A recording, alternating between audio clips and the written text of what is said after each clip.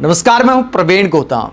बड़ी खबर में बात करेंगे सीएम के काफिले की 19 गाड़ियां पेट्रोल पंप पर क्यों बंद हो जाती हैं और उसके बाद पेट्रोल पंप पर क्या सीन होता है, पेट्रोल पंप पर क्या एक्शन लिया जाता है।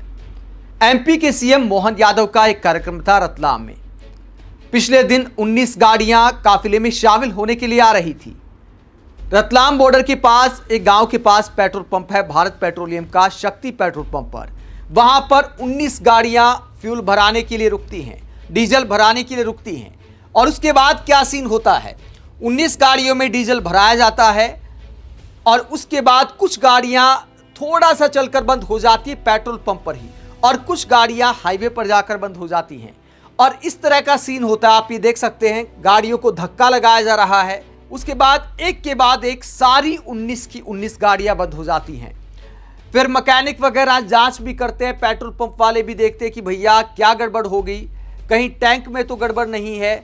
तो पूरी जांच पड़ताल की जाती है, लेकिन गाड़ी स्टार्ट होने का नाम नहीं लेती। सीएम के काफिले में शामिल शुभम परमार इसे लेकर क्या खुलासा करते, क्या सीन हुआ था। सीएम के काफिले वाली गाड़ियों में शामिल शुभम परमार कहते हैं, कल सीएम साहब के काफिले में गाड़ी लगने वाली थी, तो हम इंदौर से चलकर आए थे, तो हमारी गाड़ी में डीजल काफी कम हो गया था। यहाँ पेट्रोल पंप पर सारी गाड़ियां फुल करवाई थी। कुछ गाड़ियां 1 किलोमीटर दूर हाईवे पर जाकर बंद हो गई और कुछ यहीं बंद हो गई। हमारी सारी 19 गाड़ियां बंद हो गई।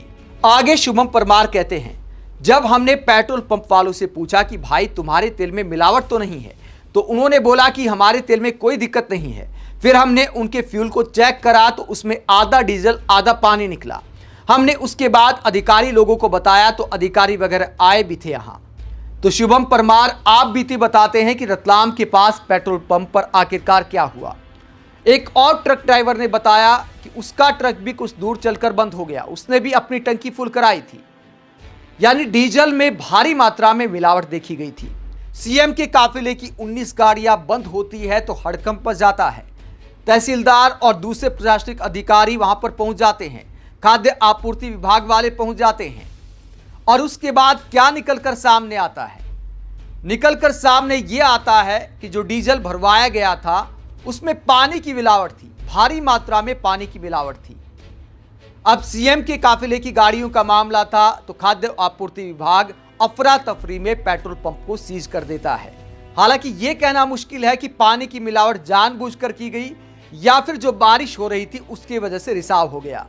जो अधिकारी जांच करने आए थे उनकी तरफ से यह बयान भी सामने आया है कि जो डीजल की स्टोरेज थी, जो टैंक था, उसमें पानी का रिसाव शायद हो गया, इसकी वजह से भारी मिलावट पानी की डीजल में हो गई और उसकी वजह से जिन गाड़ियों में भी डीजल भरा गया वो गाड़ियां बंद हो गई।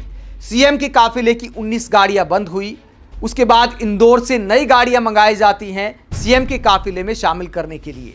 दोस्तों, हम ये नहीं कहते कि पेट्रोल पंप वालों ने जानबूझकर मिलावट की होगी या फिर पानी का रिसाव हो गया। उसमें एक लॉजिक ये कहता है कि अगर भारी मात्रा में ऐसे कोई पेट्रोल पंप वाला मिलावट करेगा तो फिर लंबा नहीं चल सकता, फिर तो शिकायत होनी ही होनी है। जब पेट्रोल पंप पर ही गाड़ियां बंद हो जाएंगी तो ऐसी मिलावट कोई मूर्ख ही कर सकता है। ये तो सीधे सीधे पकड़े जाने वाली बात है। हो सकता है रिसाव हुआ हो, लेकिन यहां पर आम आदमी के साथ भी कई बार ये दिक्कत आती रहती है। बारिश के मौसम में खासकर ऐसा होता है। कई बार आपने देखा होगा किसी की बाइक बंद हो जाती है, किसी की गाड़ी बंद हो जाती है, फिर पेट्रोल पंप वालों के साथ झगड़ा होता है। लेकिन आम आदमी की शिकायतों पर अगर प्रशासन संज्ञान ले, चाहे मिलावट की हो या फिर रिसाव हुआ हो, दोनों ही सूरत में अगर आम आदमी के दर्द को समझा जाए, आम आदमी की शिकायत पर पेट्रोल पंप को सीज किया जाए जैसे कि अब किया गया है, तो शायद ऐसी नौबत ना आए। दोस्तों, हकीकत यह है कि रोजमर्रा में ऐसी चीजें होती रहती हैं। कोई वीवीआईपी ना हो तो ये सब चलता रहता है, इसीलिए मिलावट का खेल भी चलता है और रिसाव भी होता रहता है। अगर हर घटना पर इस तरह का एक्शन लिया जाए तो पेट्रोल पंप वाले भी फिर ध्यान रखेंगे, ना मिलावट करेंगे और रिसाव वगैरह का भी ध्यान रखेंगे, रखरखाव ठीक से करेंगे। आप इस घटना को लेकर क्या सोचते हैं, कमेंट बॉक्स में अपनी राय जरूर दें। साथ ही बड़ी खबरों के लिए चैनल को सब्सक्राइब भी करें। नमस्कार।